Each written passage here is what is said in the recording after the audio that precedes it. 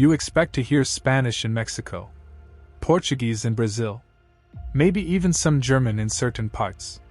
But what if I told you there's a town in Mexico where the locals speak Venetian?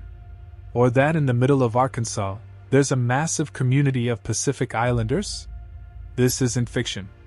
It's history that most people have never heard of. These are the weirdest diasporas around the world, groups of people living thousands of miles from their homeland, keeping their culture alive in the most unexpected places. Let's get into it. Starting with number 10. Italians living in Mexico. In the small Mexican town of Chipilo, you'll hear a language that isn't Spanish, or even modern Italian. It's Venetian, a dialect from northern Italy, spoken fluently by locals whose ancestors immigrated over 140 years ago. Founded in 1882, Chipilo has fiercely held on to its heritage. Street signs are bilingual, residents celebrate Italian holidays, and the Venetian dialect is still taught in homes. Over time, the community has shifted toward a broader Italian identity, but the linguistic core remains a proud symbol of resistance against assimilation. 2. German dialects survive in Brazil. You probably haven't heard of East Pomeranian, a dialect nearly extinct in Germany. But in Brazil? It's an official language in 11 municipalities. German immigrants fleeing 19th century Prussian rule brought it to rural Brazil, where isolation helped preserve it for generations. Today, entire towns in Brazil still speak, sing, and pray in a dialect long gone from Europe. 3. The Amish of South America. You've heard of the Amish in Pennsylvania. But have you heard of the Amish in Bolivia and Argentina? These Mennonite communities live off-grid, reject modern technology, and speak an old form of German called Plattdeutsch. Seeking religious freedom and land, they settled in South America and now make up a noticeable percentage of births in some regions. It's like time travel, only it's real. 4. Welsh cowboys in Patagonia. Argentina has a town where people ride horses across wide plains, while speaking Welsh. In 1865, a group of Welsh immigrants founded Wailadfa, a colony in the Chubut Valley, to escape English rule. To this day, the region hosts Welsh poetry festivals, teaches the language in schools, and proudly maintains its Celtic roots. It's one of the largest Welsh-speaking communities outside of Wales. Oh, there's just like dragons everywhere. And they're all so proud of the culture. Like even the houses are like Welsh built. 5. The Japanese Brazilians. Brazil is home to the largest Japanese population outside Japan, over 2 million people. They came in the early 1900s as plantation workers, but quickly formed strong, self-sustaining communities. In Sao Paulo, entire neighborhoods like Liberdade feel more like Tokyo than Brazil. They fuse Japanese culture with Brazilian life, creating a one-of-a-kind identity. 6. Pacific Islanders in Arkansas. Of all places, the city of Springdale, Arkansas is home to 15,000 Marshallese people. Why? In the 1980s, one man from the Marshall Islands got a job at a Tyson chicken plant. He told his friends and family.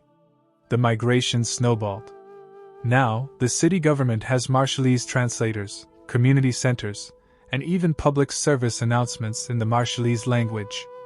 A chain reaction that changed the demographics of a southern U.S. town, permanently. 7.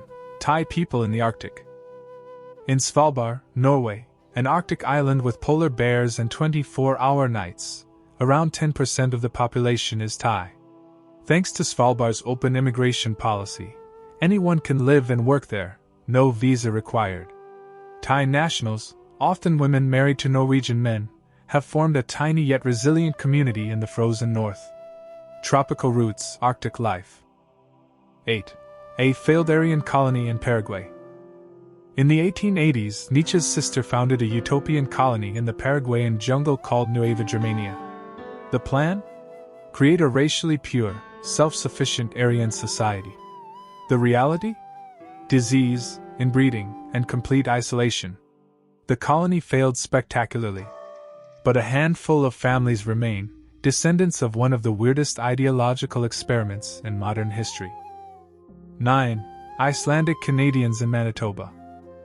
In the 1870s, thousands of Icelanders fled famine and volcanic eruptions. Canada offered them land near Lake Winnipeg. They called it New Iceland. Today, the town of Gimli celebrates Icelandic heritage with festivals, flags, and even traditional cuisine like pickled shark. It's a little piece of Reykjavik, in the middle of the Canadian prairies.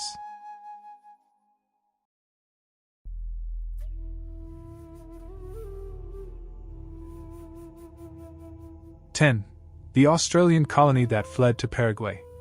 What if I told you that a bunch of Australians once tried to escape capitalism by building a utopian socialist colony in Paraguay? In the 1890s, Australia was going through an economic depression, and a journalist named William Lane had an idea. If the system was broken, why not leave it behind? So he convinced over 200 working-class Australians to sell everything and move to Paraguay, a country they barely knew, to start over. The plan was simple: no bosses, no rich, no poor. A classless, raceless, alcohol-free paradise called Nueva Australia. Spoiler alert, it didn't work. Within months, the group began falling apart. Some settlers wanted to drink. Some didn't like Lane's strict leadership. Others questioned why interracial marriage, something Paraguayans accepted, was banned by Lane. By the end of year 1, William Lane himself abandoned the colony and fled to New Zealand. But here's the twist: not everyone left. Some of the settlers stayed behind, married locals, and raised families. Their descendants are still there today, blonde-haired Paraguayans with Aussie surnames, whose ancestors tried to build a utopia and accidentally became part of Paraguay's cultural fabric. It's one of the strangest chapters in both Australian and South American history. A socialist dream that turned into just another footnote in a jungle somewhere.